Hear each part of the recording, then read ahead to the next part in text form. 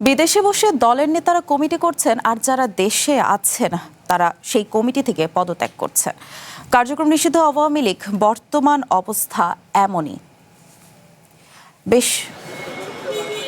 একসময় যে দলটির নেতা হবার জন্য লাখ লাখ টাকার বাণিজ্য হতো, কমিটি দেয়া নিয়ে হতো খুনোখুনি, সেই দলের নেতা হতে চান না এখন অনেকেই। কার্যক্রম নিষিদ্ধ আওয়ামী লীগের এখন এমন দুরবস্থা যে ফেসবুকে বিভিন্ন থানা কমিটি ঘোষণার পরই সেই কমিটির আহ্বায়ক থেকে শুরু করে বেশিরভাগ নেতাই তা প্রত্যাখ্যান করছেন।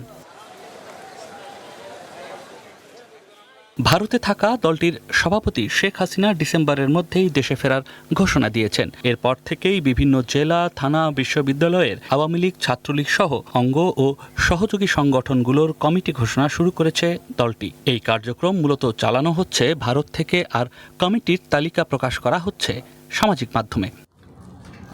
যেসব কমিটির অনেকেই তাদের নাম প্রত্যাহার বা পদত্যাগ করেছেন। সামাজিক মাধ্যমে এমন কমিটির ঘোষণায় বিরূপ মন্তব্য করেছেন দলটির নেতারা, বিশেষ করে যারা দেশে অবস্থান করছেন। অনেকেই বলছেন পরামর্শ না করে কমিটিতে নাম দেয়া হয়েছে। সম্প্রতি আওয়ামী লীগ নেতা জাহাঙ্গীর কবির নানকের এলাকা শেরেবাংলা নগর থানা আওয়ামী লীগের আহ্বায়ক কমিটি ঘোষণা করা হয় দলটির ভেরিফাইড বিভিন্ন সামাজিক মাধ্যমে। ওই কমিটির ভারপ্রাপ্ত আহ্বায়ক হিসেবে গাজী মান্নানের নাম ঘোষণা করা হয়। এর প্রতিবাদ করে পদত্যাগপত্র সামাজিক মাধ্যমেই ছড়িয়ে দেন তিনি, যেখানে নিজের শারীরিক সমস্যার কথা উল্লেখ করে বলেন, লাইফে কোনো কিছুর গ্যারান্টি নাই, তাই ইন্স্যুরেন্স করুন সিটি ব্যাংকে। কারণ ইন্স্যুরেন্স করলে সিটিতে সুরক্ষা পাবেন নিশ্চিন্তে। আমার সঙ্গে কোনো ধরনের যোগাযোগ বা পরামর্শ না করেই এবং আমার পূর্বানুমতি ব্যতি রেখে উক্ত কমিটিতে আমার নাম অন্তর্ভুক্ত করা হয়েছে, যা অনাকাঙ্ক্ষিত এবং আমার সম্মতির পরিপন্থী।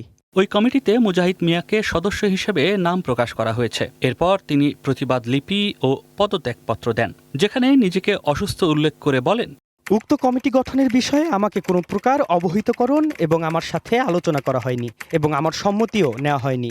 আমার পূর্বানুমতি ও সম্মতি ব্যতি রেখে আমার নাম কমিটিতে অন্তর্ভুক্ত করা সম্পূর্ণ অগ্রহণযোগ্য ও অনভিপ্রেত এবং সাংগঠনিক নীতিমালার ও প্রক্রিয়ার পরিপন্থী।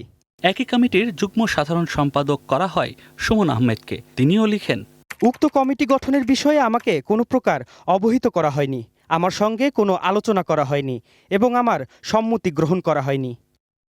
একইভাবে ওই কমিটির যুগ্ম আহ্বায়ক মোহাম্মদ আলী জানান, কারো ওপর রাগ বা অভিমান না রেখে সংগঠনের প্রতি পূর্ণ সম্মান রেখে আমি স্বেচ্ছায় এই নবগঠিত কমিটি থেকে অব্যাহতি বা পদত্যাগ করছি। নাম প্রকাশ না করার শর্তে এমন কমিটিতে থাকা অনেকেই ক্ষুব্ধ প্রতিক্রিয়া জানান। দেশের বাইরে থাকা কেন্দ্রীয় নেতারা সামাজিক মাধ্যমে কমিটি ঘোষণা করে দেশে থাকা নেতাকর্মীদের বিপদে ফেলছে। বিদেশে আরাম আয়েশে থাকা নেতারা এসব করে দেশে টিকে থাকা নেতাকর্মীদের নতুন করে ঝুঁকির মধ্যে ফেলছে বলেও দাবি তাদের। নয়ন আদিত্য, ওয়ান নিউজ, ঢাকা।